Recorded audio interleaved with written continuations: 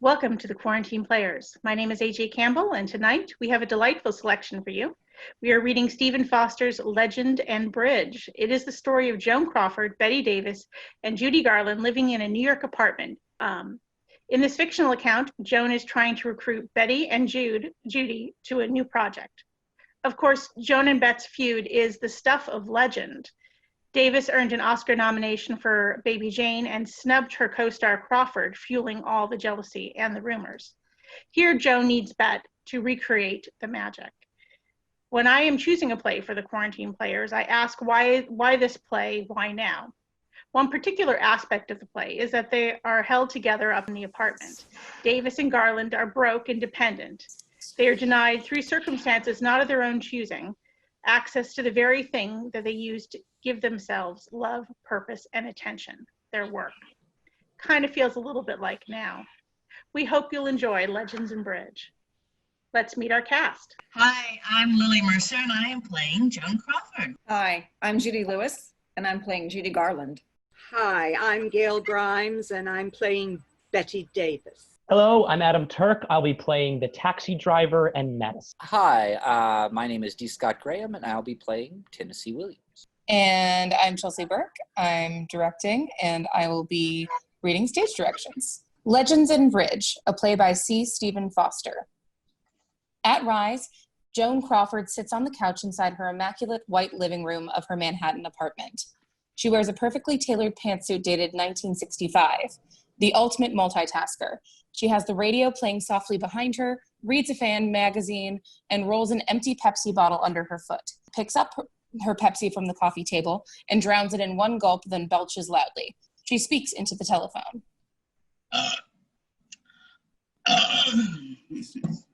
Now, Tina, I called you in your little play last night.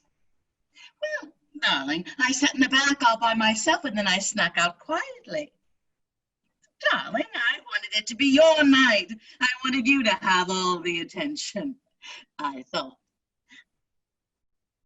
Well, darling, do you want my praise as a mother, or do you want my honesty as a colleague of yours? Are you sure? I thought you were rotten. It's a damn shame you call yourself a Crawford. I cringed in my seat. I had to hold my head down in shame. I was mortified, embarrassed. Tina, don't be a crybaby. You asked me to tell you the truth. Shut that crying up. I do support you. I came to that piece of shit little Off-Broadway production, didn't I? If I took all my criticism the way you are, I'd have never gotten past silent pictures, for God's sake. I'm going to hang up now. Goodbye, dear. I can't wait to see you in your next piece. Bless you, darling.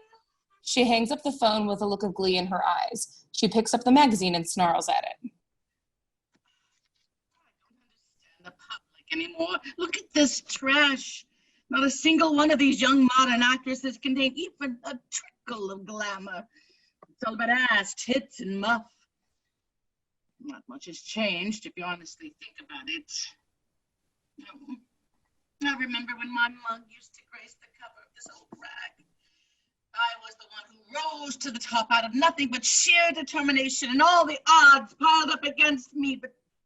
But now no one believes in me. But to hell with them. They don't know what I'm made of. She walks to the bar and mixes herself a drink. She lights a cigarette. God, I'm so lucky to be in New York and out of that nasty little town. Thank the Lord I don't have to play those games anymore. I should have stayed a dancer and become a Broadway star. I'd still be working, that's for damn sure. There are plenty of parts for matrons, mothers. Mothers, because on the stage you're ageless. She picks up a picture of Clark Gable from the mantel. Oh, Clark, I miss you so much. I miss making movies. I miss you and your hot body. I miss our secret excursions to the trailers between takes. Oh, why didn't I marry you when I had the chance? I miss your smell. The intercom buzzes. She throws on her shoes and answers it. Yes, come up. Joan scurries around the apartment, double-checking everything. Judy Garland enters draped in a fur coat, sunglasses, and carrying 2 shopping bags. She marches into the room right past Joan, who has perched herself by the mantel. Judy leaves the door wide open. Judy. I'm just so goddamn mad, I can't stand it. Judy, you left the door wide open. Were you born in a barn? No, I was born in a trunk, but I did many a show in a barn. Judy, close the door. Where's the maid? Judy, I said close the door. Judy marches to the door and slams it hard like a child. Judy, There. darling, how lovely to see you. Joan, darling. Listen, dear, I had to take a taxi. But you're staying around the corner. I know, darling, but I didn't want people to hound me for autographs. But my problem is that I need to borrow $50. 50? Are you crazy? No, broke. Judy, $50 is a huge amount for a taxi ride around the corner. I know, darling, but I had to go shopping. I can't imagine you buying anything for $50. I didn't. It's for the taxi driver. See, I charged everything. It amazes me how much I can get away with by saying, I'm Judy Garland. I never realized how many queens will bend over backwards for me. Judy, I'm not one to give handouts to washed-up drunk divas turning up on my doorstep penniless. Well, can't you bend your rule just for once for poor little old Judy? Darling, this is not MGM, and you're not everyone's favorite little tyke anymore. I know that, dear, but I don't want to ditch the taxi driver. He's holding my luggage in his back seat for ransom, and, you know, my whole life is in that trunk. I'll make an exception. Just this once, but you'll have to work it off with 2 weeks' worth of chores. Naturally. I would insist on it. Joan rummages through her pocketbook, pulls out money, and gives to Judy. Here. You're a saint. She exits. St. John has a ring to it. Damn that woman. Oh, I mean, bless her. She's gained weight. She's as big as that house that whisked her way to Munchkinland. What does she do all day? Graze? She'll eat and drink me out of house and home. Joan lights another cigarette. Judy comes back in, followed by the taxi driver, who lugs a huge trunk on his back. Oh, you're such a darling. Thank you for giving me a hand with my bitty luggage. Now just put it down anywhere, darling. And Joan, can you give him just a small tip? Taxi driver puts down the trunk with a thud and waits expectantly for his tip. Judy. Don't want to rumple your impeccable reputation, dear. Joan digs into her purse and realizes she doesn't have any cash. She plants a smile on her face and walks seductively to the taxi driver. Listen, mister, I'm a little short on cash. Could you come back a little later, say around midnight, and I'll make it up to you tenfold? Sure, lady. Whatever you say. Don't you know who I am, young man? Nah, I can never tell you dames apart. You seen one carpet, you seen them all. Come back after midnight and I'll show you how a shaved muff can change your disposition. I'll pass. He exits. Joan, I'm so glad to see you. Darling, little Judy, it's been too long. Thank you for giving me a place to stay. I'm down on my luck since those bastards at CBS fucked me in my little show over. I need a drink. I have a Pepsi-Cola. She holds up a bottle as if she's doing a commercial. Brother, Joan, I had something a little stronger in mind. You should try one of my special Pepsis. I had the company bottle me an exclusive formula. She opens a bottle and hands it to Judy. See if this doesn't satisfy you. Judy takes a sip and it nearly knocks her on her can. Wow! If they had these at Metro, they would have gotten a hell of a lot more work out of me. You look marvelous. Oh, so do you. You look bovine, divine. Look, hell, you should see me when I unbuckle this dress and it spills all over the floor. I don't look too fat, do I? Oh, no, not at all. You're just A little round around the edges. Nothing a couple of days on the exercise bike won't fix. Joan, I do have a bit of a problem. Now, Judy, I told you on the phone to leave you a trunk full of problems on the doorstep. Well, what kind of project are we going to work on together?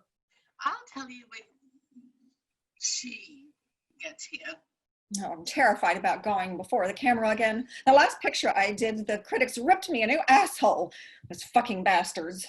Judy, this picture is going to save our careers. Well, give me a little hint as to what kind of character I'm going to play. I mean, just promise me I don't have to sing. Please, I hate singing. If I have to sing one more picture, I'm going to just die. I need another Pepsi. Joan brings Judy a fresh Pepsi and sits beside her on the couch. Don't you worry, dear. You're going to be marvelous. It will soon be revealed. Oh, this is going to be the most monumental picture ever made in Hollywood. Our names will be in lights again. Then, Joan, I'm scared. I haven't been on camera since last year, and what if I've forgotten how? What if I've forgotten how? It's like a bike, a horse, or a man. Once you know how, the only trick is getting back on. That's easy for you to say. I fall off all three. Oh, Judy, you're a natural in front of the cameras. You're wonderfully talented, and it's only a matter The intercom buzzes. Joan freezes in place. She walks to the intercom and buzzes it. Yes, come up. She scurries around the house in a panic, fluffing pillows, rearranging objects. Oh, God, it's her. I am so scared. How do I look? Embalmed, but what else is new? Impress her. She's always scared the shit out of me. You're forgetting who you are. I have to make a good impression.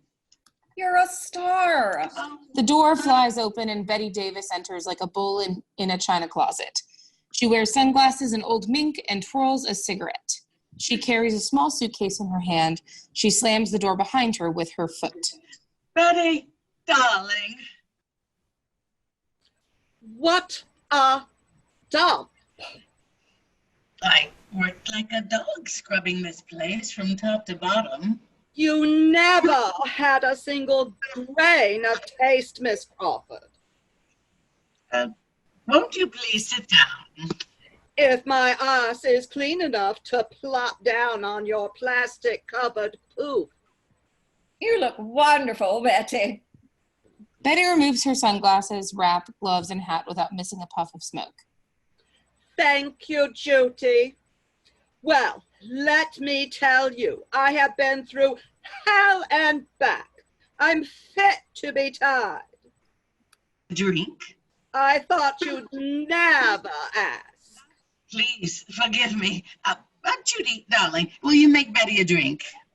Do I look like a maid for hire?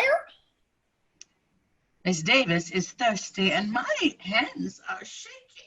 Can one of you drug dames make me a drink, for God's sake?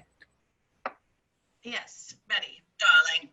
She scurries to the liquor cabinet. Fix me one, too. Make that drink strong. I like a drink like my men, lots of muscle. Getting here was a nightmare, a complete nightmare, let me tell you. I got ambushed by a bunch of screaming fruits who have seen every single one of my pictures over and over. I had to stand there and hear their goddamn jokes and impersonations. Oh, it was dreadful. Those mama boys just drive me nuts. I would be nothing without my boys. They completely worship me and I love them. With 2 cocktails. Drinks for my 2 favorite actresses. Thank you. She takes a sip. Oh, Crawford, Yes? this drink is as weak as my last husband. Oh, well, let me add some vodka. Joan hurries to the bar and Judy stops her by holding out her glass. Ice? I want some ice. You're acting like a spoiled little brat, Judy, and I won't tolerate it. Don't you talk to me that way. I'm Judy fucking Garland. For heaven's sakes, give the bitch her ice. I have a headache. Joan practically throws the ice into Judy's glass and then lightly gives Betty her drink. Here's your ice, Judy. Here's your drink, Betty. Thank you. So, Betty, what have you been doing with yourself since we did Jane? I haven't worked for nearly a year and I'm bored, absolutely bored out of my skull. No one remembers that I am the queen of Hollywood. On top of that, I'm flat broke because of the divorce from that last SOB I married cost me a fortune. So, Joe, tell me about this picture we're all going to make. Where in God's name did you find a producer to believe in a bunch of old broads like us? Refer to me as an old broad again. Touchy, touchy, touchy. I want to know about this project too. I don't have to sing, do I? I hate it when I sing. So do I. Well, this is not the big screen epic we're all used to. This is a small feature with an independent producer. But if it's done right, and with all of us in it, it could make a fortune. Well, what kind of character do I play? I want a part with some balls. And what about me? I want to play a bitch. Ladies, just trust me. Ha! Miss Crawford, I'd rather cut off my friggin' arm. Easy does it, Miss Davis. Now, this picture is going to be huge. It's going to be bigger than Clark's cock. But I digress. There are a few rules, however. No, I've got to go to the loo. She dashes to the bathroom. There are a few rules I'd like to go over before I talk about the film. This is Crawford's place, and although I'm blessed to have you here, Oh, here goes Miss Bless You with one of her speeches. I need another martini. Betty marches to the bar and pours herself a stiff martini. I want you two to know that I run a tight ship around here. This is not the home for the retired and wayward movie stars. Are you listening, Judy? Every word! A toilet flushes. I expect discipline, efficiency, order, and above all, respect. I will not tolerate a moment's slack from either of you. Now, I have posted a list of chores over in the... Lights fade. Act 1, Scene 2. Judy sits on an exercise bike pedaling slowly. She is extremely depressed and sings a happy tune from one of her films in a slurred fashion. She has a cigarette hanging from her lips and a drink in her hand. New York, come on, get happy. Put down a phone is there. Put out New York, come on. Oh, I hate this fucking song. I hate this goddamn tractor, and I hate me too. I do. I'm so hot, ugly, and fat. How in the hell did my ass get so big? How in the hell did I get up here? Please call Vincent and tell him to take me home. I don't know why I sing all those happy songs when I haven't been happy in years. Can somebody else be Judy Garland? Joan comes bursting through the door carrying a portfolio. Oh, good morning, Judy. How are you feeling this morning? Like hell. Oh, come on now. You have to have more enthusiasm than that. Like hell. Dear Judy, I hate to break it to you. You are never going to lose that fat ass if you don't pedal hard. You have to work that bike and work hard. Really pedal. Oh, I can't. Can't never could. I'm tired. I haven't slept in years. I mean, look at me. My hair is falling out. You need discipline and structure in your life. Joan opens her morning Pepsi and lights a cigarette. I need my rest. Either you want to lose those ugly pounds or not. You need to take control. When you were unruly at Metro, I'd hear stories at Warner Brothers, and I could have wrung your neck. Elby would have kicked my ass up and down the lot if I tried any of that nonsense. Those were all lies. All lies. I never did any of that. Joan begins to sign autographs on her 8x10 photos. Talking to the wrong people, girl. You've needed someone to give you a kick in the can for years, and that's exactly what I'm going to do. Pedal that God bless bike. Fat, go away. Come back another day. That's more like it. What are you doing? Publicity. I'm sending photos to the press. We need all the help we can get for the picture. This is a habit I started when I was at MGM. When I couldn't sleep, I'd send out photos. Public only sees the glamour. They don't understand the hard work. You said a mouthful there, sister. Betty marches into the room holding a small, brightly wrapped package. Oh, good morning, dear Betty. Good morning, dear. What the hell is this? She throws the package in front of Joan. I don't know. Why don't you open it, dear, and find out? I know what you're up to, Crawford. Open it. I love presents. Open it. Hush. I don't want any of your presents. You tried that shit at Warner when you wiggled your ass onto my lot. It's only a present, Betty. She's trying to make up to you. I'm extending my love to you. Well, those dyke longings might have worked for Tallulah Bankhead, but not me. I think you're being too sensitive. I want it. Judy, who can no longer stand it, grabs the package. She rips the paper off the box and pulls out a bottle of perfume. Oh, lily oil, my favorite. Can I keep it, Betty? Be my guest. You know what she gave me? A muzzle? No, a box of chocolates. Judy holds up a brightly heart-shaped box of chocolates. How nice for you. At least one person appreciates my generosity around here. I'm here to work. I don't engage in social pleasantries. Did you sleep well? I didn't sleep a wink. That mattress is as hard as a rock, for Christ's sake. Oh, well, you're welcome to my sleeping pills. Ooh, and become a pill-popping junkie like you? Never! Well, that's not very nice. Judy, darling, keep pedaling that bike. You still have half an hour to go. How the hell do you expect her to lose weight when you feed her chocolates and booze? She's never going to be camera ready. At this rate, we should launch her into space and call her a planet. Betty grabs one of the chocolates, pops it into her mouth, and lets out a cackle. I'm getting quite cross. Judy, she didn't mean it. She's only joking. You're growing thinner and thinner by the moment.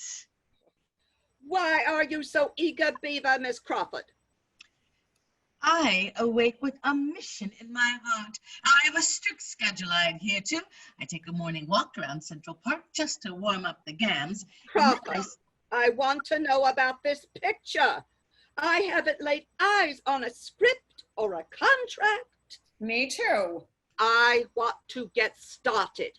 Well, ladies, this movie has everything. War, family, famine, romance. We're going to be catapulted to the top once again. I want to see the script, Joan. I'm not singing a note. I have laryngitis. Who cares? Have some breakfast. You can shove those runny eggs, Crawford. You better produce a script right now or I'm walking. Me too. Ladies, it's not nearly ready yet. Hogwash.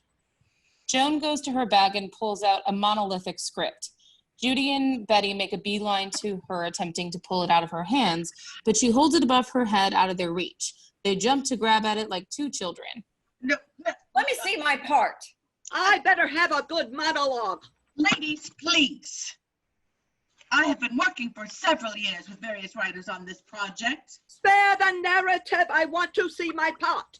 Patience is a virtue. I lost my virtue at the pearly gates of MGM. What's the title? What? The title? St. Joan. Ah, now I've heard everything. Who's going to play Joan? I am, of course. Let me get this straight. You are going to make a picture of St. Joe. That's correct. Who the hell do I play? The mother. The mother? Are you out of your fucking mind? You're older than me. Not on screen. Oh, she does have a point. Why don't you pedal that bike off of Short Cliff? Screw you. What part do I play? You play all the voices. Voices? It's a very important role. It's the voices that Joan hears. It's an off-screen part. You lousy son of a bitch. You tricked the two of us to come up here and live with you only to pitch a piece of shit project like that. This project will save our careers. If anyone in this room plays St. Joan, it is going to be me. No, me. I want to play her. I wanted to play that role at Warner's. You wanted to play every part at Warner. But that jackass, Mr. Warner, kept giving me those shitty ingenue roles. Let me show you what I've been working on. Joan, you'll make a complete ass out of yourself again. Show you my reading of it, please. I'll change your minds. I doubt it. Joan moves center stage, flips open the script to the last page, and gets into character. Bette and Judy sit on the couch behind her, less than enthralled. Joan begins the burning of the stake monologue. I'm not afraid of fire. The fires you cast me into, the fires of hell. Why should I be? I fear you not. Mock me, torture me, but I remain firm in my conviction. My voices hold me and told me not to trust you mortal men. I trust myself. I thrust myself upon the fire. You'll never destroy my faith. I was ordained by God to save France. I trust God will redeem me. You burn me. You judge me. But one day you'll hold me up. Rejoice the name Saint Joan. You'll call me brave, courageous child of God. Joan gloats and turns to them for applause. There is only dead silence. Bette has fallen asleep next to Judy. Judy nudges her. Bette, I think she's done. I haven't seen acting that bad since your god-awful Mildred piss. I've been rehearsing that for a year. It stinks. It's as flat as this Pepsi. What did you think, Judy? I thought it was missing something. Tell me, please. It's about steaks.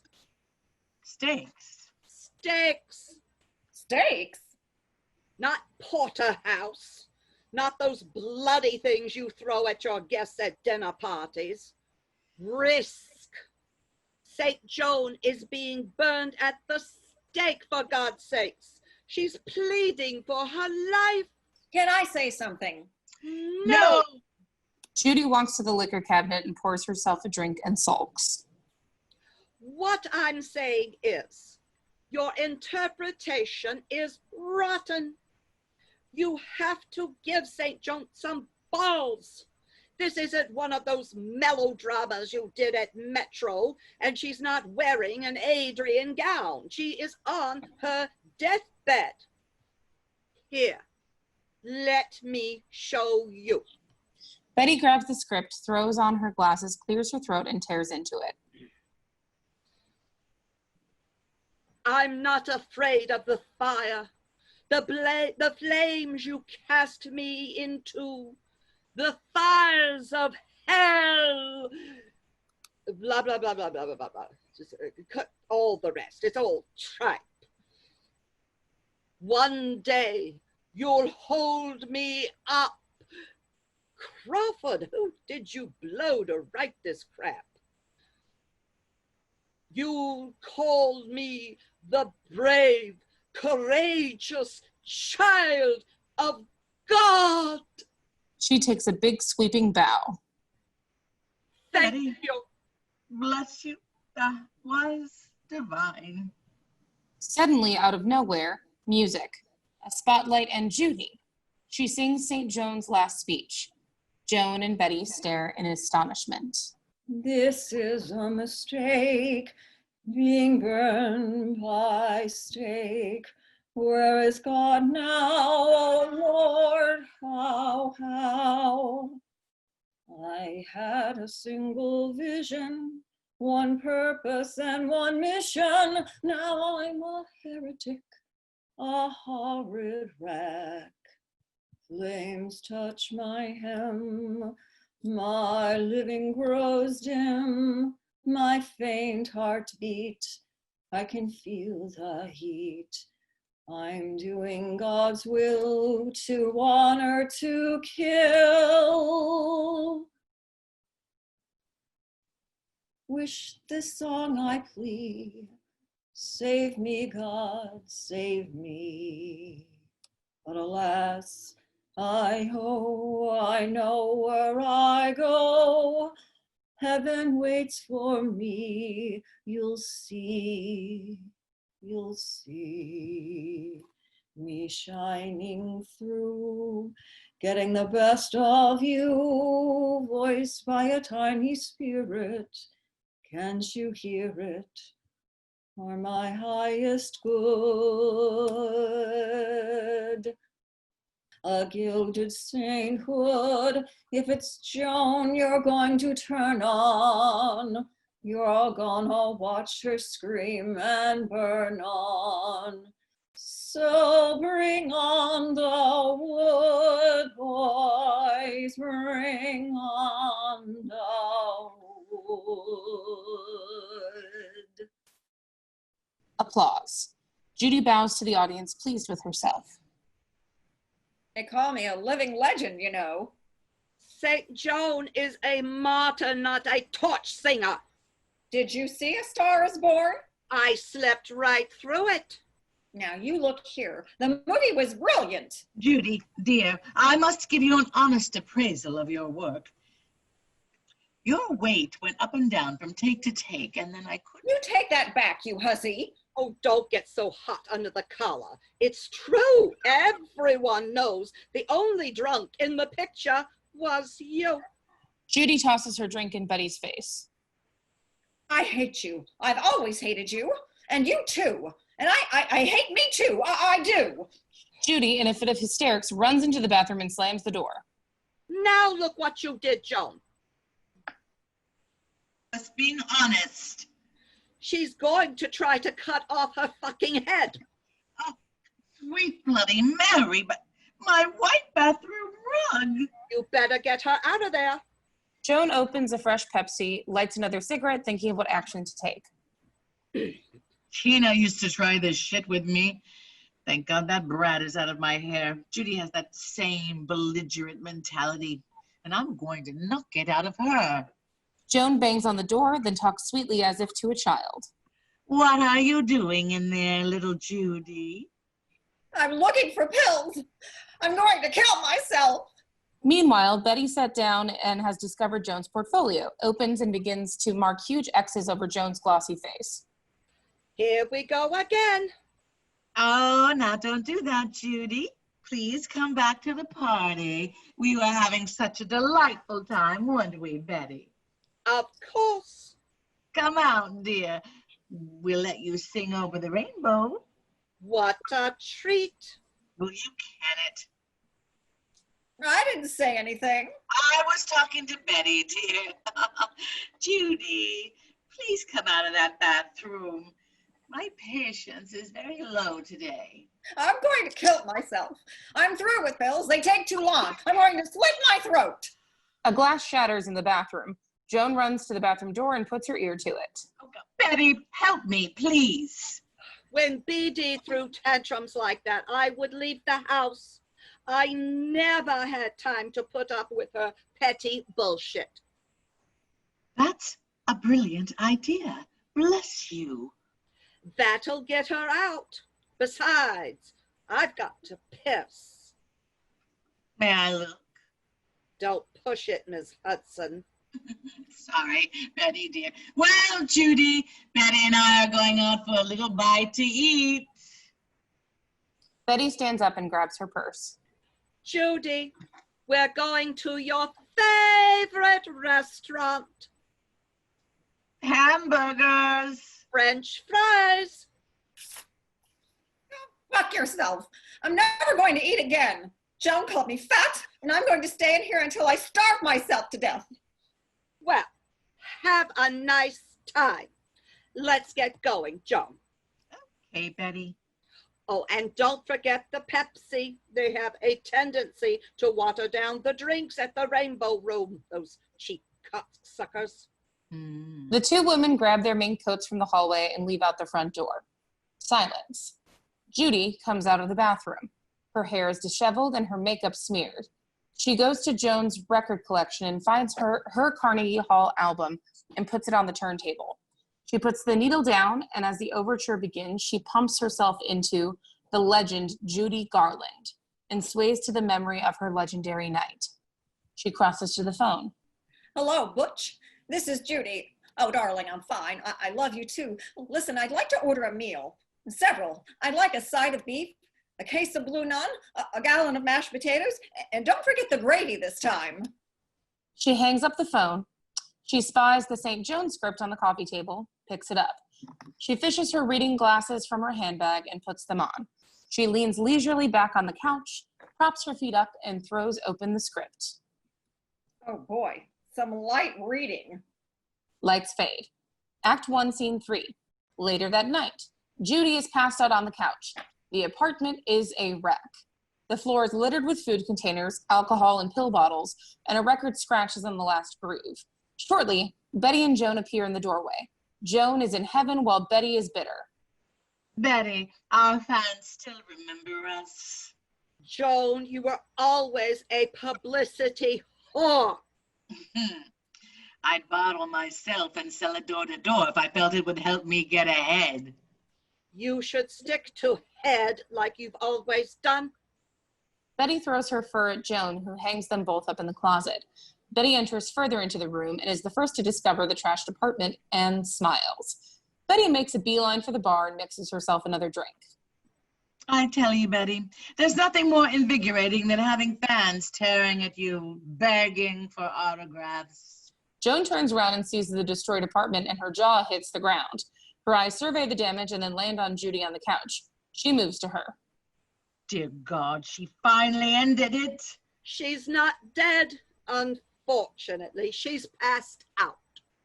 Look at that lush, drunk and slobbering all over my couch and my white rug. Joan, turn off that dreadful phonograph.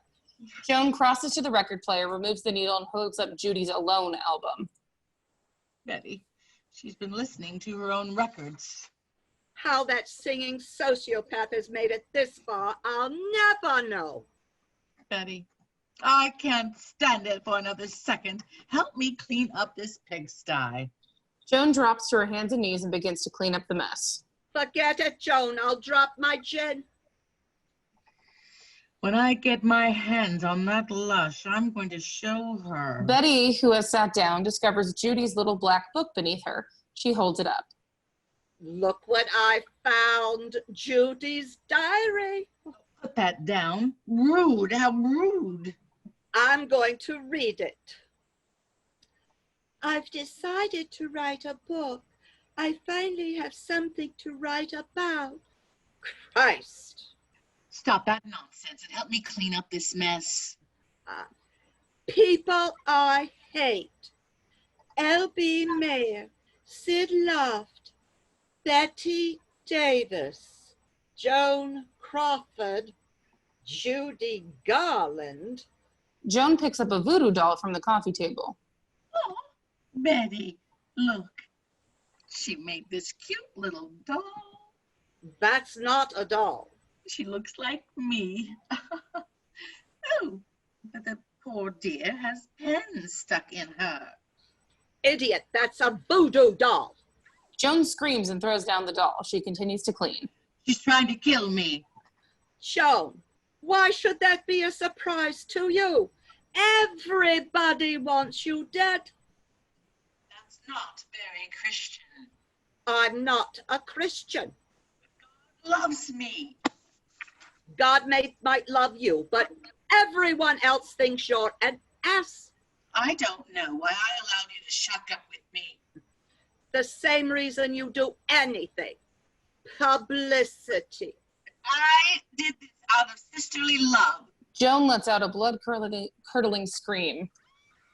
She staggers onto her feet holding a shell of St. John's script, obviously burned to a crisp. What the hell is wrong with you? She burned my script. Bless her. Put a sock in it. That pile of ashes can't be your only copy. It is. I've been writing this comeback for years for myself. Oh, there is a God in heaven. No, I'm going to slaughter that drunk cow.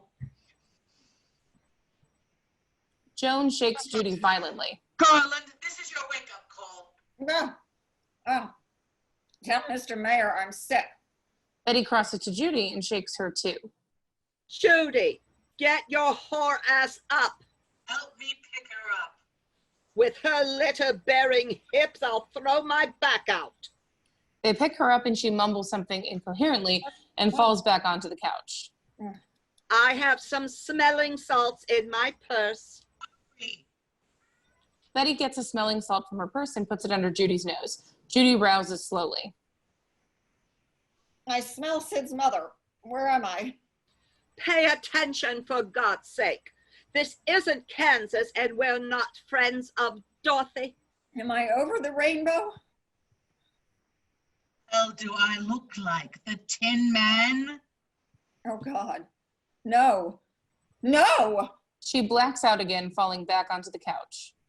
Joan, we better let her sleep it off. She weeps. What am I supposed to do now? That role was my return to the living. I am ruined. Hey, Joan, that's the best acting you've ever done. Joni, it's going to be all right, darling. Sit down. She pushes Joan down onto the chair. Shh. Mother goddamned is here to fix you right up. And you'll be back on your back in no time. Yeah. Drink this.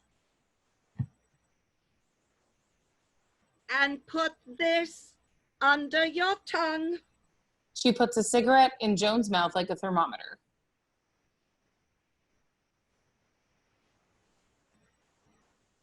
What was that? A little pick-me-up. I could not have been kinder to Judy. I was whipping her back into shape, and she did this to me. It does baffle the mind why she would stoop so low. I'm going to throw that bitch out on the sidewalk. We'll see how far she gets on that talent of hers. She can't stay under my roof and betray me. Dear, everything will look better in the morning. Why don't you get some shut-eye? I can't sleep with this apartment, so filthy. I'll clean it. You don't know how to scrub it the way I like it. Come on now, let's go Betty by. Bette escorts a weary Joan to the bedroom. A few seconds later, Bette re-enters with a grin on her face. She crosses to Judy. Judy, wake up, dear. It's me, Betty. Crawford gone? I knew you were awake. You're cross with me? No, it's marvelous. Burning that trashy St. Joan saga to ashes. What a performance. Queen Bee makes me so goddamn mad. How dare that bitch try to pull one over on you and me? Ah, and this dump of hers looks like a cyclone hit it. You know, Bette, it's what I do when I get angry. I destroy things, and then I gobble as many pills as I can, and then I eat. It's my act. We know. Judy, you and I need to gang up on Crawford to get back at her for double dealing us. Betty, I just thought of something. What if she throws me out? She can't. That's what she just said. Didn't you hear her? I'm scared. I have nowhere to go except over the rainbow. Oh dear God, I better call Sid. Stop it. Now, listen to me. Joan can't kick us out. Not if we stick together. We'll beat her at her own stupid game. Betty, you're brilliant. All we have to do is call our people and leak the fact that Joan threw us out, lock, stock, and barrel. Now that is using your noodle. She'll never toss us out knowing the lousy publicity she'll get. You know how she worships everything written about her. So let's just stay put. Exactly. Besides, I can't leave. Crawford has put me in a pickle. Unless I'm offered a role in a picture, I'm afraid I'm as broke as you are. This is a marvelous way to stab her in the back after she tricked us. Now, Judy, will you please clean up this dive? No. I'll give you a present. What? She opens her purse and hands Judy a bottle of pills. These. I was saving them for your birthday, but I think you've earned them. Benzedrine. Now, will you clean up this crap? Yes. Betty begins to put on her coat, gloves, and hat. You and I are going to get along fine, sister. Just fine. Where are you going? Out. After spending all day with that snake, I deserve some fresh air. Judy starts picking up trash from the floor. Listen, you go out and I'll have this shanty sparkling like a diamond by dawn. Thank you, Judy. And remember, no matter what Joan says or does, we stay put. Right, Betty. Judy has found the voodoo doll and holds it up. Betty eyes it. They both grab a pin and stab the doll violently. Take that. Take that. And that. We hear Joan scream. Judy and Betty laugh wickedly as the lights fade. End of scene 3. Act 1, scene 4. The next morning, the room has been completely transformed into Joan's palace. The radio, TV, and record plays simultaneously. We hear Judy humming. She is happy. Come out, wherever you are. Come to Mama. She crawls out from behind the couch, scouring the floor for pills, finds one and pops it into her mouth. You little red devil, trying to sneak by me? Joan, wearing morning clothes, looks unhinged and scattered, enters. She carries an urn and ceremoniously places it on the mantle. Judy crawls behind the couch, trying to hide. She turns off the TV, radio, and scratches the record. Joan spots Judy and stares her down with hatred. There you are. You scared me. Judy, come here. I'm afraid. You better be. You're in hot water, girl. I didn't do it. Oh, goddamn, Garland. Why? Why? I told you I didn't. Then who? Francis. Francis Farmer? No, Francis Gum. The little Judy Garland. The part of me that died to create this. Oh, shut up, Judy. That double personality Gemini bullshit might work on those fairies that flock to your concerts, but not me. You destroyed my career in one of your stupid manic tantrums. Are you out of your mind? Answer me! I plead insanity. You better plead for your worthless life. You're no saint yourself, Lucille.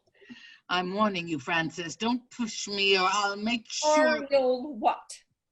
I'll heave that trunk of yours right out the window onto 7th Avenue. You wouldn't dare. I was born in it. Oh, the hell I won't. I cleaned your apartment for you. Oh, I don't give a shit about this hellhole. That script. That garbage wasn't worth the paper it's written on.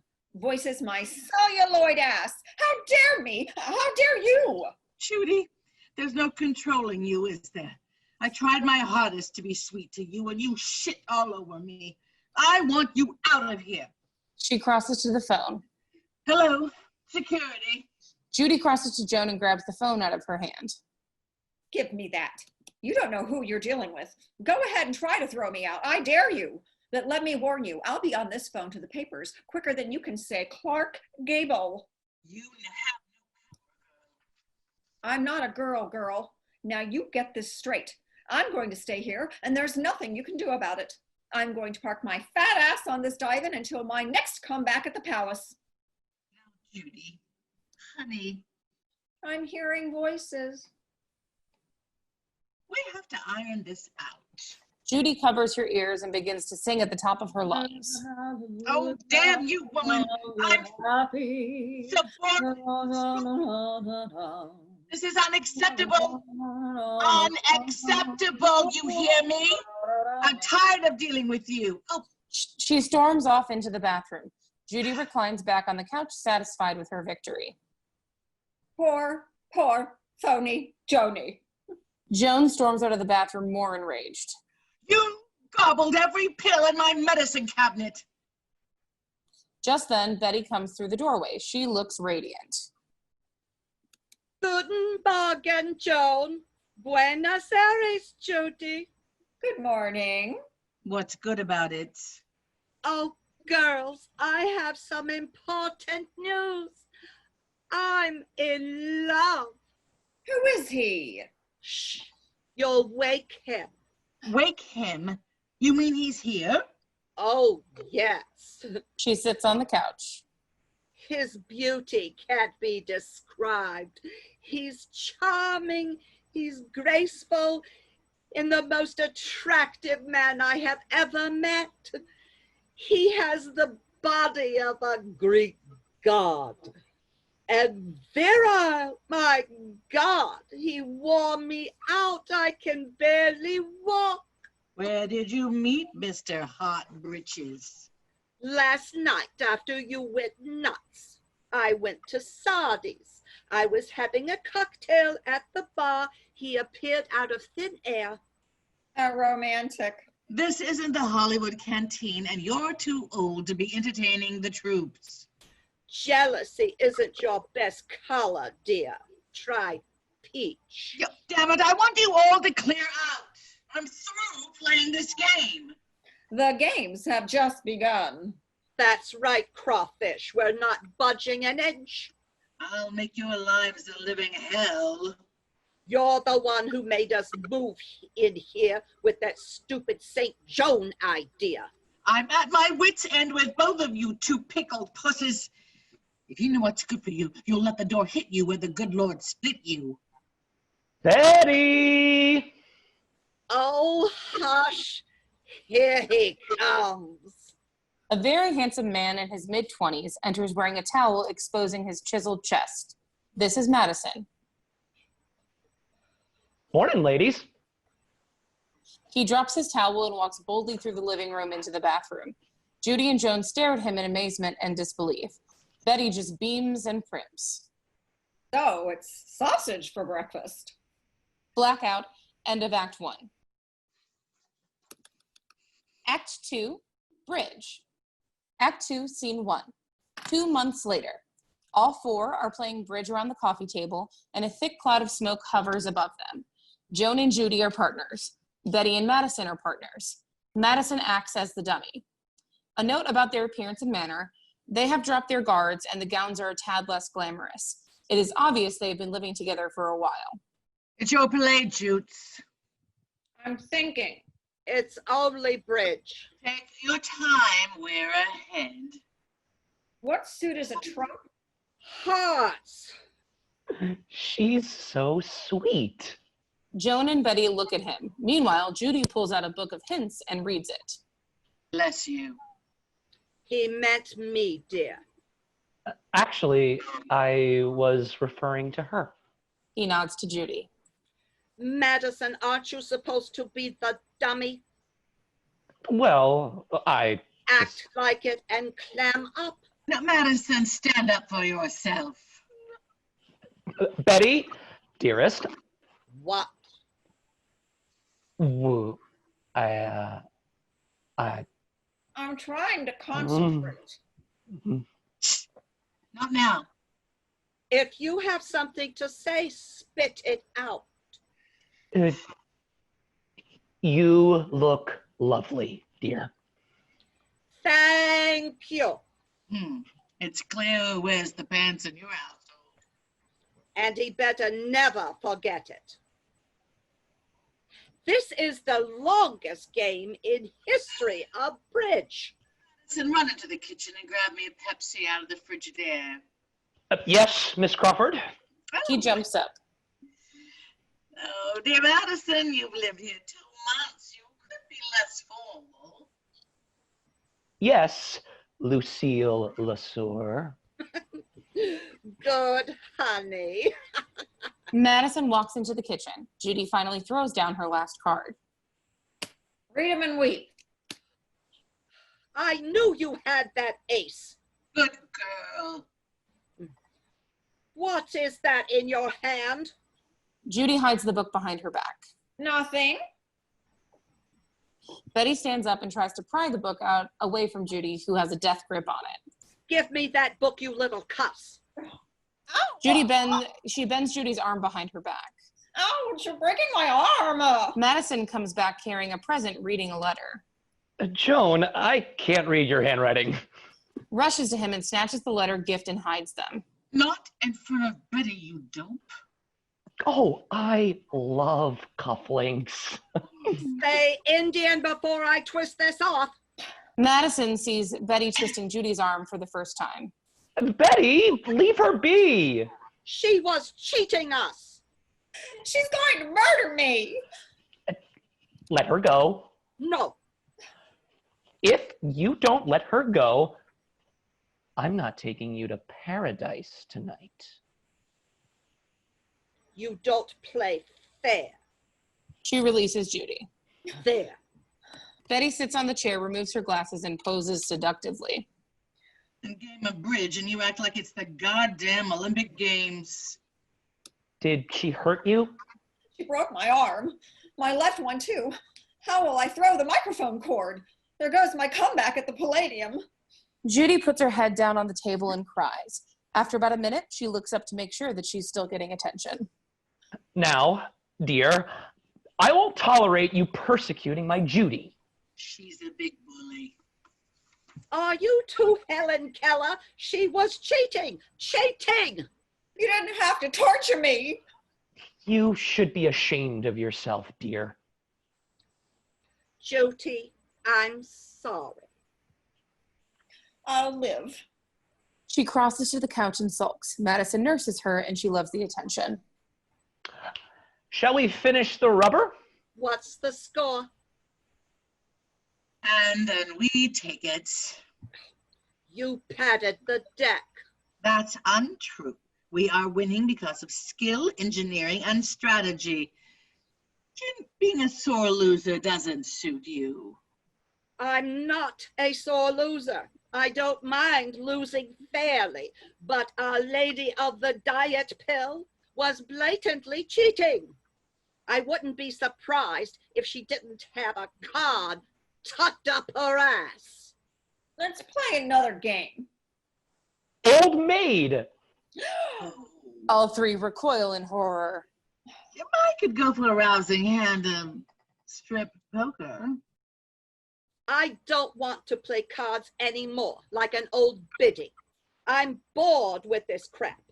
Playing bridge all day. Ha!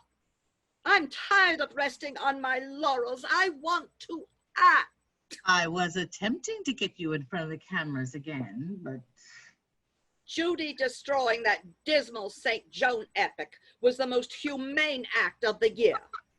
As long as I have nicotine in my lungs, it will be a cold day in hell before I play the mother to that mother. Why don't you just relax, dear? I'm not retired.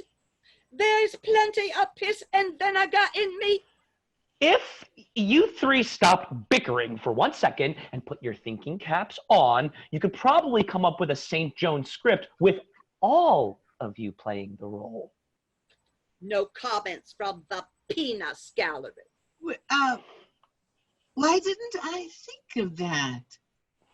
Judy could play her as the young men on the farm. I do my best work playing girls on farms. Bette can play her on the battlefield, and I could be the saints. I remember the script. I've got a photographic memory. Joan grabs the score pad and a pencil and rushes to Judy's side. Oh, Jude, tell me what you remember. Wait a minute. Why should I help you when you've been nothing but mean to me? If you tell me, then no more punishment. No more dictation? I'll wipe the slate clean. Now, tell me. Well, with all this pressure, it went right out of my mind.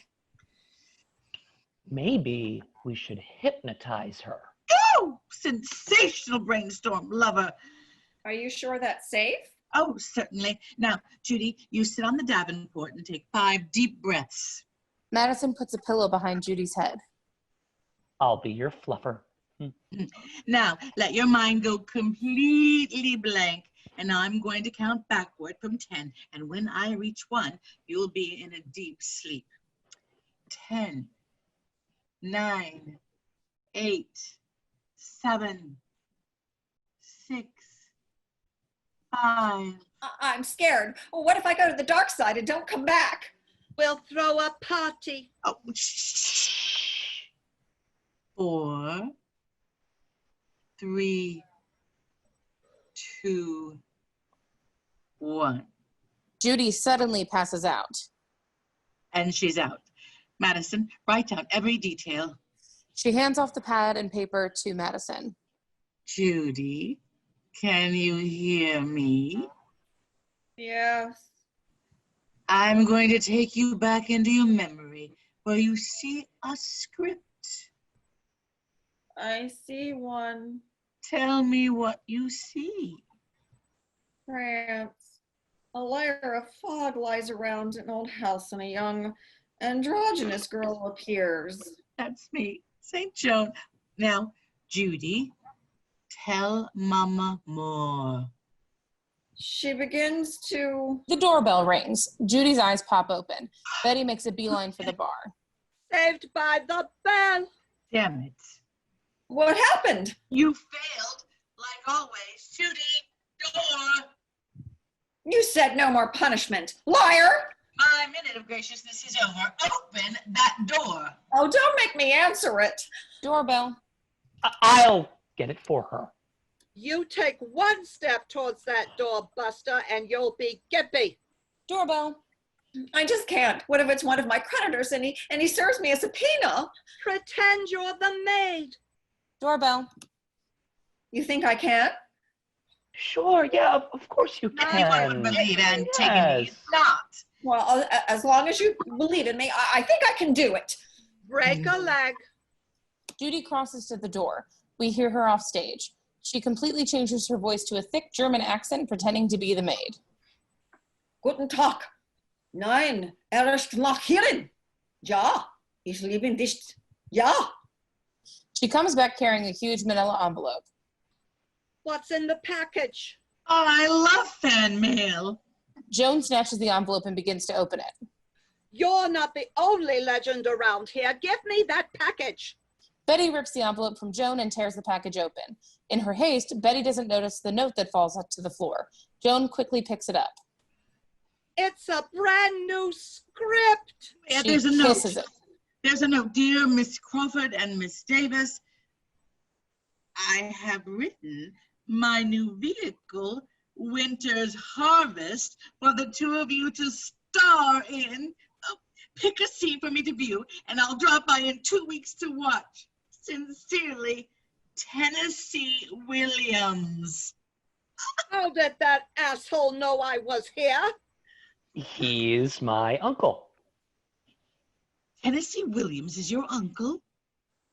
Yes, I wrote him and told him I was living here with you 3. Bette, Tennessee's willing to help you make a comeback. Ha! just like he did with that crap Night of the Iguana. He hired Bette Davis and then tried to write me out of the play. Well, if I would have known it would upturn your apple cart, I would have told him to mail it to Ms. Bankhead instead of you. Or Mr. Williams is making a weak attempt to make amends, and I accept. wait a minute. Shouldn't that script be for Joan, Bette, and Judy? Why would that be so? Because Tennessee's queer and all queens love me. There's no part in it for you because Tennessee Williams doesn't write musicals. I can do more than sing, you tone-deaf crow. We'll let you sing the theme song, dear. I don't want to sing the fucking theme song. I'm sick and tired of being a jukebox. Judy, you're showing your fat ass again. You told me we'd stick together, old woman. Sorry, this is a dame eat dame business. Judy throws a fit and tries to run into the bathroom, but Joan is too quick for her this time and blocks the door. All right, fine. You're both cutting me out. I am so angry. I'm to go into the kitchen and get the biggest butcher knife, and I'm really going to really slit my throat this time. She runs off into the kitchen. Oh, Judy, don't. No, Judy! Madison follows her. Judy is still milking that victim role.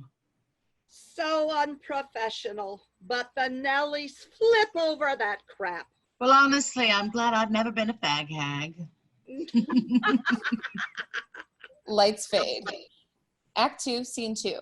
The following scenes should be fast and furious like a great game of bridge. They are the passing of 2 weeks' time. Madison sits alone and Judy peeks her head around the corner. Madison. Psst. Judy. I'm so embarrassed. I made a spectacle out of myself again.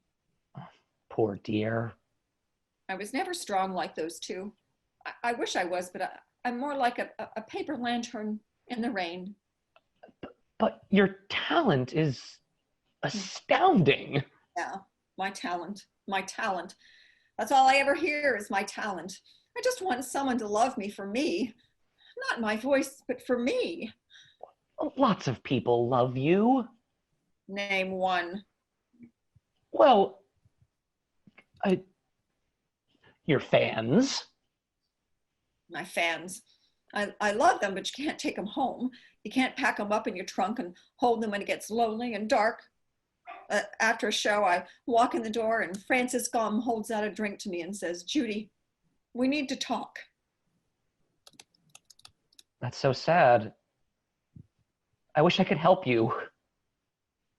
Well, maybe you can. See, I'm trying to write my memoirs. I have a publisher who's been hounding me to write my side of things, but I can't concentrate long enough to organize myself. Judy, I would do anything for you. If you help me, I'll split it with you right down the middle. I'm very tempted, but what about Bette? She'll be all wrapped up working on that scene with Joan. We'll work on it in the quiet of night. It'll be our secret. Deal? Deal. They shake on it as the lights fade. Lights crossfade to where Bette and Joan hold scripts that they've been working on. Bette directs Joan. They've been going at it for a long time. Do it again, and remember my notes. You make me nervous. Throw some balls. Go. Ellie, you promised you'd return for me. And I didn't want to betray you. I walked to Vermont freezing to death, starving, and here you are living in privilege. Cut. What am I doing wrong? Everything.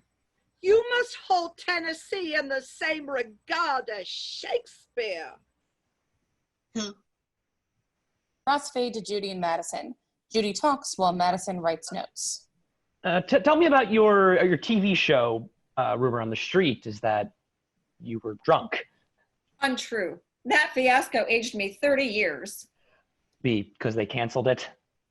No, I'm used to being canceled. Lights cross back to Joan trying the speech again while Betty watches her like a hawk. I starved and froze to death. You let me do my part my way. It's Turck. If you want to act with Bette Davis, you have to pay the price. Not everyone can act like you. Well, they should. What does she want? Well, I think... She wants revenge. Oh, that's a good idea. What do you do when you want revenge? Oh. I call my press agent. Lights cross back to Judy and Madison.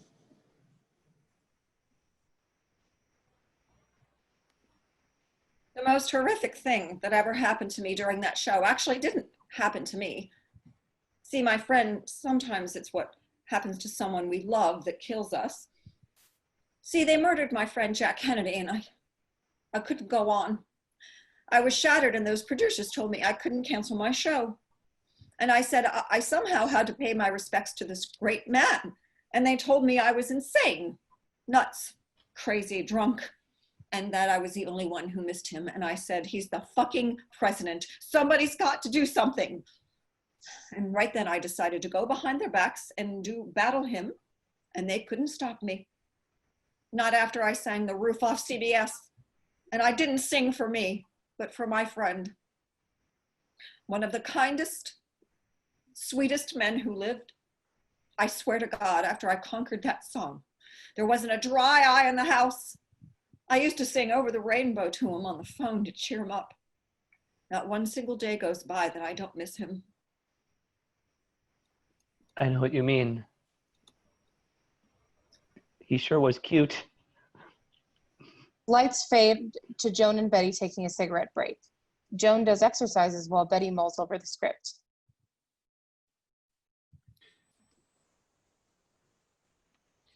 You are no better than when we started. That's not true. Oh, feel my stomach. I'm as strong as a horse. You're not a sea biscuit. What is the significance of the title? I don't have a clue. I throw open the script, read my lines, and throw out the rest. Acting a part is a privilege, an honor. This character is beyond me. I can't comprehend her. You must expand your range. That's the trouble with these new dames in Hollywood. We, as their elders, have to set an example. You're right. These starlets don't know how to get on their knees and really work for a part. Lights fade on Judy and Madison. And they think it's funny. Judy the clown had taken another tumble. Well, get back up. There's not another comeback left. You don't mean that. I'm thinking of quitting show business. I hate Hollywood and everyone in that cardboard town. Lights back on Joan and Betty. Joan tries on gowns. I wear the red or the green. What the hell are you doing? I want to dazzle Tennessee. Christ, Joan, acting is more than showing off your figure. No guts, no glory. I see my things. motto. I see things differently. No gowns, no glory. I am trying to help you, goddammit. What makes you such an acting expert? Betty reaches into her purse and slams her 2 Oscars down on the table. There, that's why. Lights back up on Madison and Judy. If you throw in the towel and surrender, they win. Movie over, roll credits. But My God, woman. You don't know who you are, do you? Don't know who you represent, what you represent. You are a warrior for us. You think it's your tragedy we're attracted to, don't you? It's not. It's your strength. It's how you rise from the ashes like a phoenix over and over again.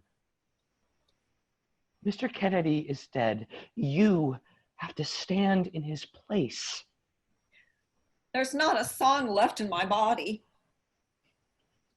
Sing for your friend, Mr. Kennedy. Judy sings the last few bars of a song with zeal and vigor we've never seen. This is not just Judy singing, but a woman fighting for her life.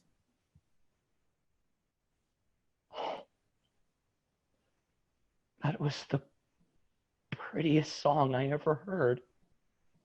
Lights back on Bette and Joan. Bette polishes her Oscar. Is she playing her goddamn records again? I won an Oscar too. Joan crosses to the mantel and coddles her own Oscar. They gave you that out of pity. I worked like a little dog for my statuette. You slept with everyone for it, including Trigger. A diva does what a diva must. Joan, you need to raise your standards. Well, perhaps you need to lower yours. If I didn't have standards, I wouldn't be where I am now. Exactly, dear. So shall we try again? Lights fade. Act 2, Scene 3. Midnight. Joan sits on the couch in her robe. She plays solitaire. Madison comes into the room dressed in a robe. Hi, Joni. What are you doing? Playing solitary. Oh, Why are you up this hour? getting Bette a drink. Joan puts a cigarette to her lips and does a helpless pose. I mislaid my lighter. I'll light it for you. She eyes his crotch. That's big of you. He crosses to the bar and makes a drink. Joan does a quick repair job on her makeup and crosses to the archway where she poses. Very Crawford of the movies. Madison turns around to see Joan blocking his way. He's stunned. Not so fast. Oh, dear. He downs his drink. Call me hotcakes. Hotcakes? I don't bite, dear. She pulls him closer. I have to get back. Oh, that old alligator handbag. Just close your eyes and pretend I'm a man. Joan, stop it. Joan rips off his robe, leaving him in his underwear. She paws at his chest. Give your mama a little lip lock, handsome. Joan pulls down his underpants and pulls him down on the couch with her, but he attempts to wiggle away, but she has him caught like a spider does a fly. This is wrong? She mounts him. Ride him, cowboy. Bette walks into the room and she sees them on the couch. What the Sam Hill is going on here? Joan and Madison jump 12 feet apart. Bette charges into the room ready for a fight. Madison hurriedly puts on his robe. Oh, Bette. You came in the nick of time. Madison's a vulture. Can't you keep your claws off of anything with a pulse? He was helping me practice the love scene and we got carried away. Oh, can your crap. Can I? Oh, Shut up. Madison runs off yelling. Fight! Fight, Judy! Hurry! Fight! The night before our big audition for Tennessee Williams. How could you? Well, I was trying to clear up my complexion. Madison returns with Judy. Oh boy, I love big fights. I'm innocent. Get it through your thick wig. That cock is mine. Joan and Bette face off with fists raised. He thrust himself upon my virtue. I am going to knock your lights out. We had this date from the beginning, Blanche. Bette charges into Joan's midsection and the two of them fall over the couch, and an entire fight scene consists of cat noises and yelling. We see an occasional arm, leg, shoe, wig. Judy and Madison stand by and yell as if it's a spectator sport. Smack her. Hit her in the head! All of a sudden, there is a thud. Bette rises out breathing, wheezing, and coughing, hacking up a lung.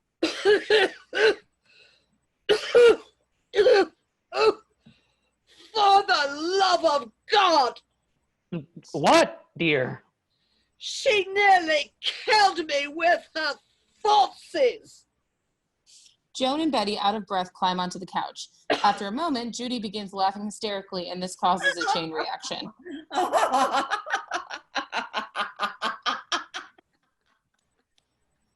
You both look like two cougars in heat. Aren't you mad at each other? Oh, hell no. We needed to clear the air. So, shall we have a game of bridge? At this hour? Oh, I can't sleep now. Place your bets. Judy shuffles the cards like a Vegas player as the lights dim. Act 2, Scene 4. The next day, Madison, dressed in a nice suit, talks on the phone. Are you sure you gave him the correct address? Tennessee is definitely coming. That's all I wanted to know. Bless you. Judy comes into the room. She is dressed in a gown obviously too tight for her. Good afternoon, Maddie. Look at you. I haven't seen Tennessee in years. I'm just about to fall apart at the seams. Me too. I'm about to bust out of this girdle. I've been on my iced tea diet for 2 weeks in order to squeeze into this old chestnut. Bette comes charging through the door, dressed in a period dress from one of her films. Good afternoon, everyone. You look like $1 million. I feel like 2 million. Where's Lucille? Trying to get her carpet to match her drapes. You ready for your scene? I had memorized the entire script, all of my lines, all her lines. I'm going to show Tennessee. Joan suddenly makes a grand entrance. She stands in the doorway with a gown that's cut up the sides and down the cleavage. She has transformed her hair, her makeup, and looks like an image from one of her earlier films. Our Dancing Daughters are one of those relics. Ladies and gentlemen, Miss Joan Crawford. Who the hell are you supposed to be? My dazzle's going to blind him. He's gonna take one look at you and his dentures are gonna fall out. You're playing a middle-aged madam from the South, not a jazz baby. Tennessee expects Joan Crawford. If he wants the girl next door, he can go to Miss Garland. Go change.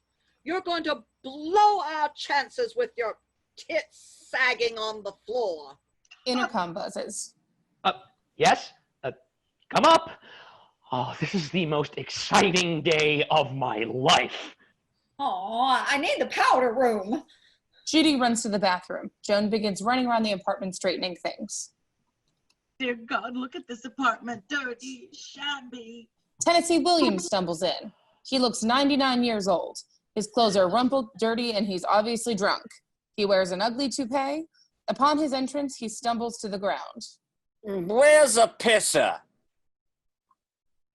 Right this way. Oh, Judy's in there. Use the one in the hall. They exit. Bette, Tennessee looks like something dragged up from the river. Success has been unkind to him. I'm going to have to get this entire place dry cleaned. Judy bursts out of the bathroom singing a song trying to impress Tennessee. Shout hallelujah. Pipe down, songbird. Pipe down, songbird. He's in the crapper. Damn. Madison leads Tennessee back into the room. Tennessee eyes Madison's butt seductively. I'm so happy you came by. Oh, me too, honey. Oh. Joan intercepts Tennessee and puts her arms about him. Mr. Williams, I wish to tell you how blessed I am to have you in my humble home. Won't you sit down? He sniffs the air and leads her to the bar. Oh, no. Oh, he's tight enough. Dear Tennessee, how lovely to see you again. Joan gives Tennessee a tug like a horse and leads him to the mantel. What in the hell are you? Well, I'm Joan Crawford. Well, who in the hell dug you up? Joan's jaw drops to the floor. Bette stands up, making an attempt. Hello, old pal. You're a drag queen. How dare you, you drunk old goat. Bette thumps her cigarette ashes on him and crosses to the couch. Mr. Williams, I loved your play, The Trolley Car Named Desire. And you are? Judy Garland. I thought you were dead. A moment of awkward, deathly silence. I want a drink. I'll fix you one. Not you, hunchback. Him. Me? A bourbon stat, boy. He assumes I'm the butler. Tennessee plops down in a chair and pulls out his flask. Madison pours him a drink. Bette takes this moment to speak to Madison. Madison, he sure is disrespectful. I can't help it. Here we are, Mr. Williams. Thanks, baby. Dear Jesus, he's double fisting. Now that we're all set, Bette and I have prepared a little selection from your new script. It's the best script ever. Oh, fuck me, Ronnie. Why is it as soon as people meet me, they want to audition for me? Do I have central casting stamped on my forehead, huh? Sit back and let Bette and I entertain you. Oh, floor show, Christ. He takes a drink. Joan and Bette begin their little scene. While they're acting, Judy begins to sing at the top of her lungs. Tennessee falls asleep during their scene with his cigarette burning. Madison watches the three-ring circus taking place. You have to take me in. I'm not in a position to help you. Oh, just stop. Cut. In this world. One more note out of you, Francis, and I'll kick you into next week. Judy shuts up. Tennessee fell asleep. With a lit cigarette. He's going to burn my place down. I fell asleep once with a lit cigarette and torched the entire west wing of the house. Oh, save your narrative for your freaks. Kicking the chair. Tennessee, wake up. Well, was that from Menagerie? No. Oh, streetcar. No, Winter's Harvest. Huh? You idiot, it's your new script. Script? Well, I hadn't written nothing in 6 months. Certainly did not write that drudge. I was told this was a bridge party with 3 legends. Oh, I wonder who gave you that impression. I'm ready to play cards. The old bridge club. I'm lucky at cards, but unlucky at love. Shuffle them cards. Madison, you wrote that script, didn't you? Yes, I did. I knew that dog shit couldn't be Tennessee Williams. I'm going to strike you. Not so hasty. It's lowbrow and backbiting, but clever. If I didn't possess those qualities, I wouldn't have become Joan Crawford. Oh, don't you stand there and protect him. Ladies. There's only one talent in this room I'm remotely interested in. Told you so. Oh, Mr. Williams, my bad days are over. Not you. Him. Listen, kid. I like your moxie, your ambition, your ass. You want a daddy? I'll pretend I'm your uncle. Name your price. He pulls out his wallet. Whoops. I'm fresh out of peso, so you take master charge. Wait, you mean a date? Madison, don't you dare. Oh, close your mouth, woman. Boy, let's get out of this cat house while we're both still young and virile, huh? Come on. I'm scared. That's all right, kiddo. Daddy'll show you the ropes. Tennessee escorts Madison out of the door, copping a feel of his ass as they go.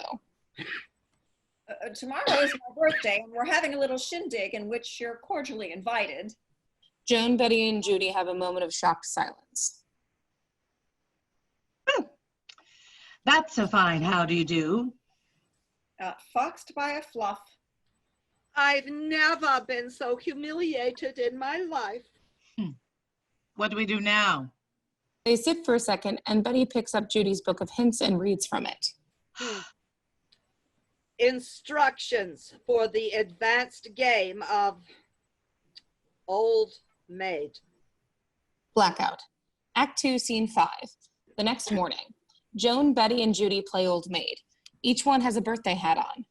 There are balloons and presents around the room. The radio plays. Today, we celebrate the wonderful Judy Garland's birthday. Wherever you are, we hope you are happy. The first strains of Judy's song plays. Betty, in a huff, turns it off. Where the hell is Madison? He has been out all night with that pervert. Calm down, Betty. All my husbands did the same thing. It's your play, Joan. Do you have any queens?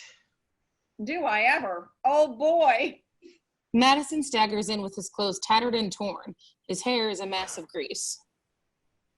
Morning, ladies. Look who finally decided to come home. What a night. What a man. Tennessee's a devil.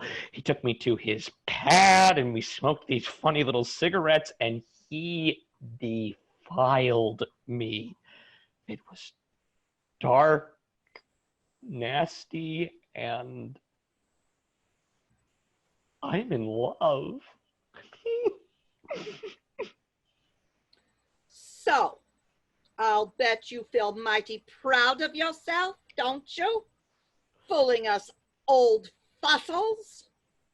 I'm sorry. Oh, sorry, my left tit. Building us up with your promises of a comeback. And not only was he not your uncle, but you banged him. I'll never speak to you again.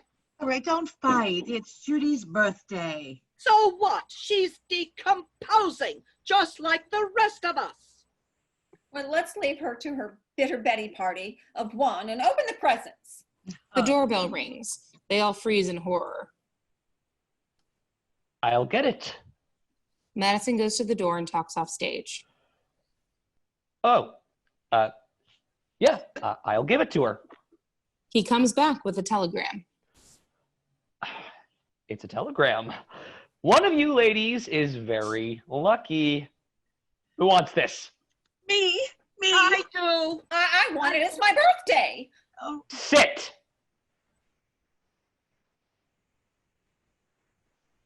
All three sit on the couch in anticipation like Oscar night. Madison rips open the envelope. And the winner is Bette Davis. Of course it is. Thank you. She reads it and cries. It's here. Just in time. What? My big break. Huh? England wants me for a picture. We begin shooting immediately. I must leave at once. She exits. I have to make her stay. Madison, help me, please. What can I do? She won't even speak to me. On my birthday, one less gift. Oh, selfish, always thinking of yourself. Joan, you should be happy for her. No, I'm not happy for her. Bette enters dressed to the nines again with a suitcase, hat, fur, and gloves. Oh, I am finally coming out of retirement, pulling the fur out of mothballs, so to speak.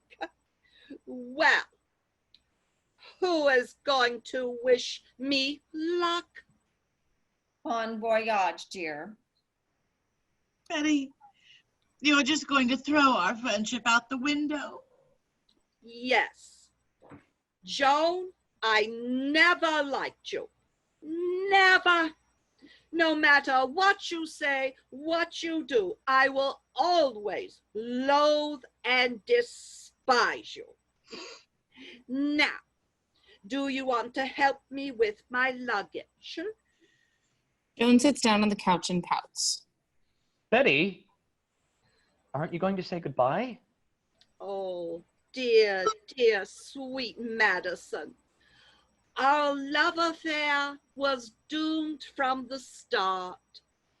Take my advice. Never love a legend.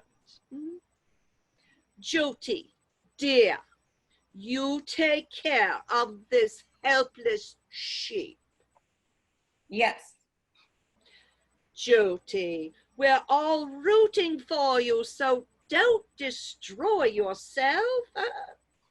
Happy birthday. Mwah. Well, I'm all set, ladies and laddies. It's been terrific, divine, and torture. But as they say in the pictures, it's a wrap. She slings her fox over her shoulder, puts her sunglasses on, and leaves in divine fashion, carrying her suitcases and her head held high. Joan attempts to cry on Madison's shoulder. Madison, I'm wounded. Well, I'm happy she's gone. I can listen to the radio again. She crosses to the radio and turns it on. This song is terrific. Come on, let's dance. All three dance. Joan and Madison dance together with Joan leading. Judy dances alone, but does a swell version of a modern dance. After the song, Judy turns off the radio and they all light cigarettes.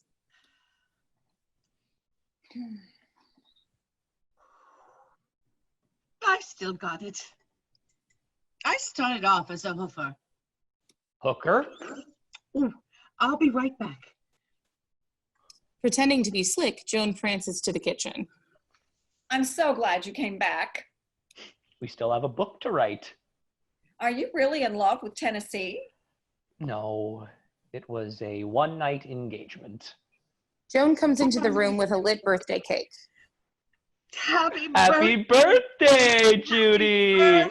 Happy birthday! While your candles go on. The phone rings. They all freeze in horror. Hell, it's the IRS. I know what I'm wishing for. She blows out the candles. Madison crosses to the phone. Hello? I'm sorry, Miss Garland's unavailable. This is her assistant. Can I take a message? Oh. Oh. Oh, hold on. She just walked through the door. No. It's the publisher. Oh, give me that. She crosses to the bathroom with the phone. What the hell is that about? Search me. Judy comes bursting out of the bathroom. Madison, they want my book. They are paying me in advance of $50,000. All we have to do is write it. Oh, honey, I'll pack the trunk. He runs out.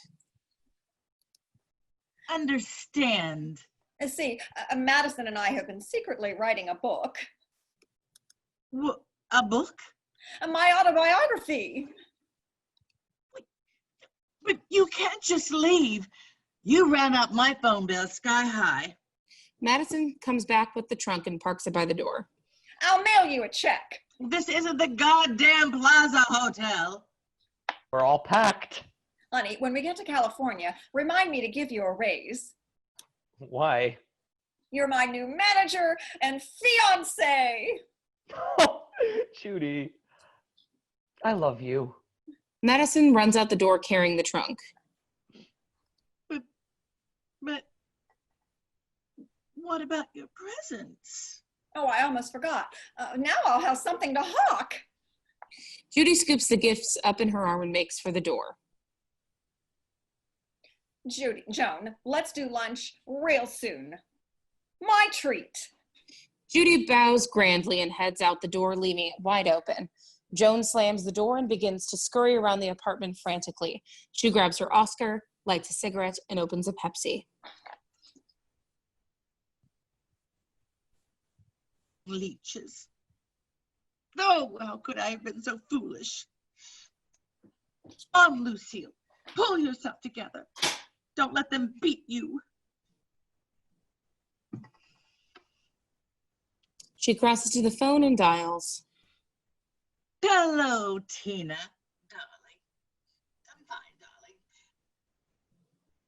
Live with me. No. Well, why did you get evicted from that dumpster you call an apartment? I see. Well, I'm about to run off to London to film. I won't have you become a pathetic weakling sucking off my sugar tit all your life. I'm not Donna Reed or Lucy or June Cleaver. I'm Joan fucking Crawford. She slams the phone down and lights quickly black out. The end.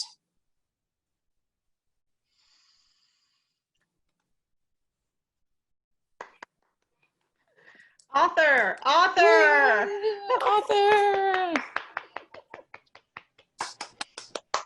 Woo! Yay! And here's our author, Stephen Foster.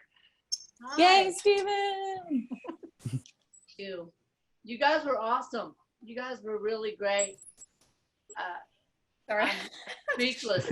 Great directing, great acting, and I'd cast all of you immediately if I were casting this show and sitting in the casting section. I'd cast every single one of you. You were just brought so much to the characters just from the reading. It was funny and touching, and thank you. What a joy. This is a fun show, Stephen. This is a lot of fun.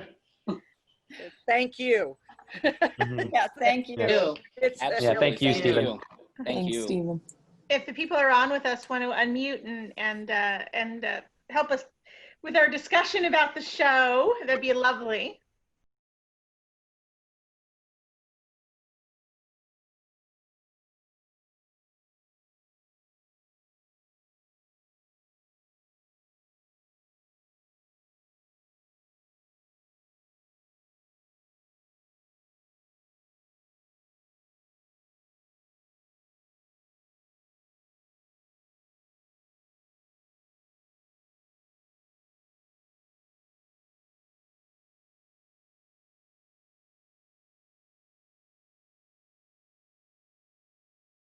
I'd like to say first, Scott, there was a wonderful drunken Tennessee Williams. He was disgusting. He was just repulsive. What did you have on your head? It's my headphones. So. Oh, I thought it was a toupee. yeah. It might have been. It was Williams. He was pretty vain when he wasn't drunk. Yeah. I was just sort of imagining. I mean, Tennessee Williams was probably kind of really difficult to be around. And so that's just what I tried to channel as just being really kind of difficult to be around.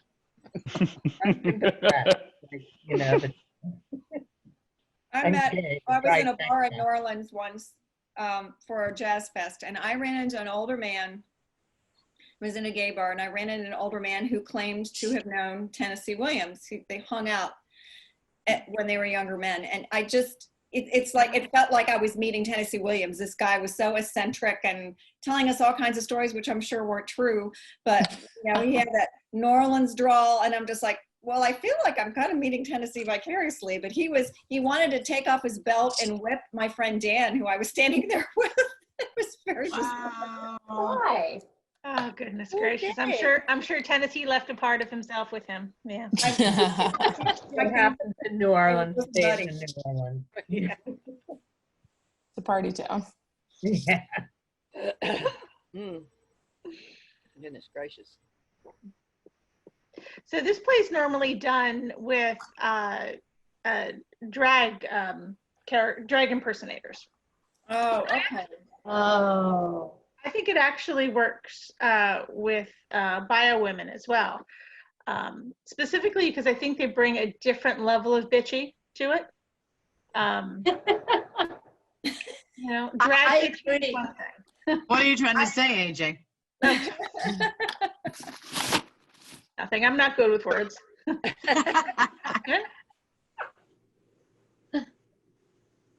Yeah, How I many think times has the play been done, Stephen? It's been done about 4 times, including readings. It actually, I wrote it for drag queens because I am a drag queen or was a drag queen. It never was performed with just drag queens. There were always women in the cast. I've never actually had the pleasure to see it performed by just men. It's always been women. And I think what I was so fascinated with is how it works as a comedy with women. And I love that it's not just a drag show. It actually has a little substance in it. So that kind of makes me feel good. And I've written some meaty part for for women. And I like that. mhm. What was your inspiration? My inspiration was actually the title. It came to me one day. It just the Legends of Bridge, and I had this vision of Joan Crawford, Bette Davis, and Judy Garland sitting around a card table playing bridge with a big cloud of smoke and highballs. And it actually took place earlier in their careers because I didn't know anything about Joan Crawford or Bette Davis when I started writing it. I only knew about Judy because I played her in my show Diva Analysis. And so I only knew Judy Garland. And so I did a ton of research on Bette and Joan. And so what happened was I moved the entire period of the piece to the mid 60s. And I wrote it around after the time that they were sort of washed up. And so the first scene that I ever wrote was them sitting around the card table playing bridge. And that became the beginning of Act 2. Right. Mm. Wow. I thought you lifted the car game out of Sunset Boulevard. No, I didn't. That's so fun. That's interesting. I'm always curious after watching and hearing something. What do you think is a moment or character or relationship, and this is kind of for everybody, that is going to stick with you, like days from now? Like if you think back to the night that you had tonight, what is going to stick with you? For me, I know that it's in the back and forth scene, the moment with Madison and Judy where they're talking about the Kennedy assassination, and that moment, and just seeing the like reality of a person that has lost. And just like it was like a very human moment for me where Judy is like all over the place the entire, and it's like, I'm gonna kill myself, and you know, just like it's having these huge fits. To see when somebody connects with her like Madison, just this quiet moment of sharing and connection was just beautiful, and I think is going to resonate with me for several days. Does anybody else have another moment or relationship or character that's going to stick with you? I thought it was really interesting how, Stephen, how you portrayed the personalities of 3 different aging women, and you know the kind of emotions that go with that. So you know, they may have been vital sex bombs and so forth, and you know, the demons that drove them only become worse and sad as they, you know, see themselves in their twilight. Mm-hmm. Well, and they're driven to this. The impetus is that there's something that means it's not the end, right? This idea of a script, this idea of a vehicle that they can get back on and do something else with their career. And I think that that's super palpable. And AJ and I were talking the other night about that's a little bit in some way how we feel right now, of like, what is our next project going to be? When can we have another project? We're all in that holding pattern. And so, yeah, that resonates with me as well. Yeah, I mean, I really thought that, like, that sort of jumping in on that concept, really, the way that it resonates into a place of that thing that we always want. Like, you know, you're always like, when you do something, it's like you're always waiting for that thing to drop. You know, when I lose 10 pounds, everything will be great. And, you know, when I get that next job or whatever it is, it's like always that thing, that next thing. And that plays really, really tangibly, I think, in this script. And that desperation that you can allow yourself to get into if you don't keep yourself in the moment. And Stephen, really, I think it plays really beautifully, and the way the satire cuts, and it's a nice play. It's really well done. Thank you. Thank you. That sounds very much like Judy right there. That did. It's also kind of a snapshot in time to a time in these women's lives where they're no longer ingenues, but they're not crones yet. And the way Hollywood treated these women once they got past 30 or 35, even though they were, you know, still vibrant, still talented, still energetic and such, they basically went, oh, you're too old. You're too old. You're too old. Now you have to play the mother. And, you know, and you have to play the mother. And they do play mothers. But then, you know, even the mothers start drying up and such. And they want to be challenged, especially in that time of your life. You want to be challenged. You've got to keep going and keep going. And their attempts to keep going is both heroic and tragic at the same time. Joan sits there and she signs picture after picture after picture and is constantly sending them out. Although she hasn't, you know, done a picture in over a year. The last picture she and Bette did was Baby Jane. And they did not physically look their best. They acted the crap out of it. Yeah. And it was a wonderful movie. But, you know, I used to see studio heads going, oh, flash in the pan.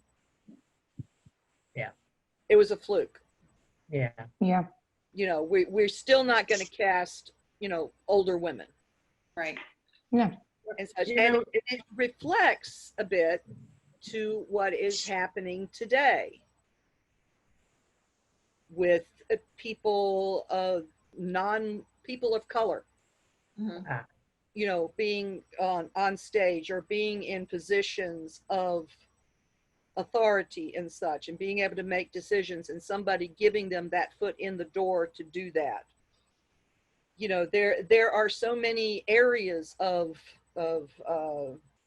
discrimination. You know, and this is one of them. Ageism. Yeah. That's one of them. You know, if you've ever seen the movie The Romancing of Mrs. Stone, and I was watching it one time, and it suddenly dawned on me that Mrs. Stone is only like 45 years old. Yeah. And they portray her as this sad, pathetic grandmother, you know, sitting around knitting, and she wants more out of life.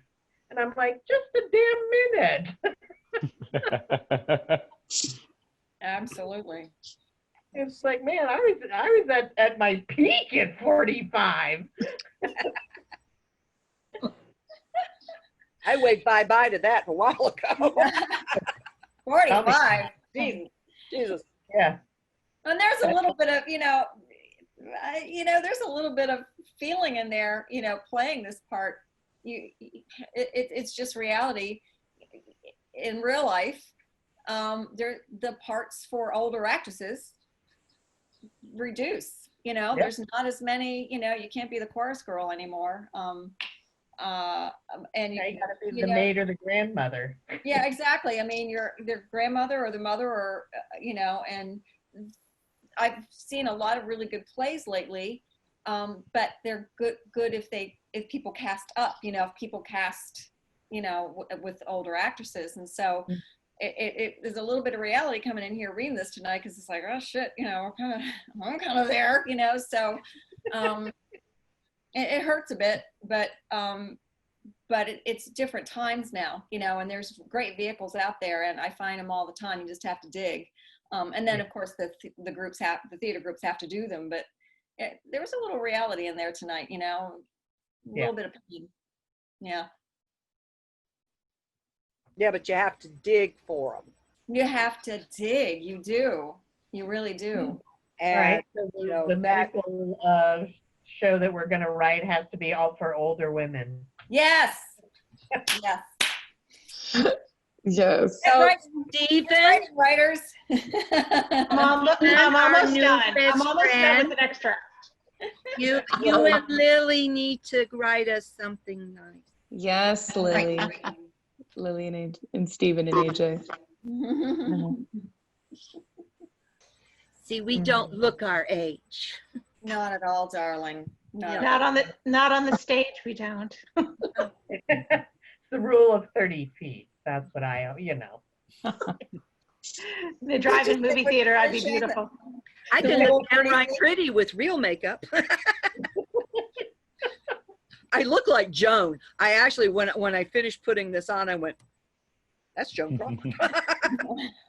Thank you for the opportunity, Stephen and Chelsea. Yeah. I was delighted to work with you guys and work with everyone. It was great, Lily. Really my first time doing anything here, so it was a lot of fun. That was awesome. You all were great.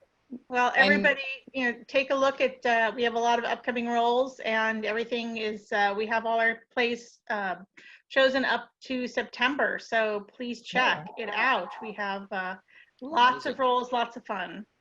Yeah. Look forward to it. How far out have you cast, AJ? Next week? Just next week, or? Next week is a local DC writer. She's bringing in her own actors for this one.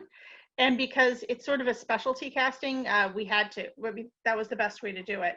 Yeah. But after that, they're pretty much open. There's tons of roles.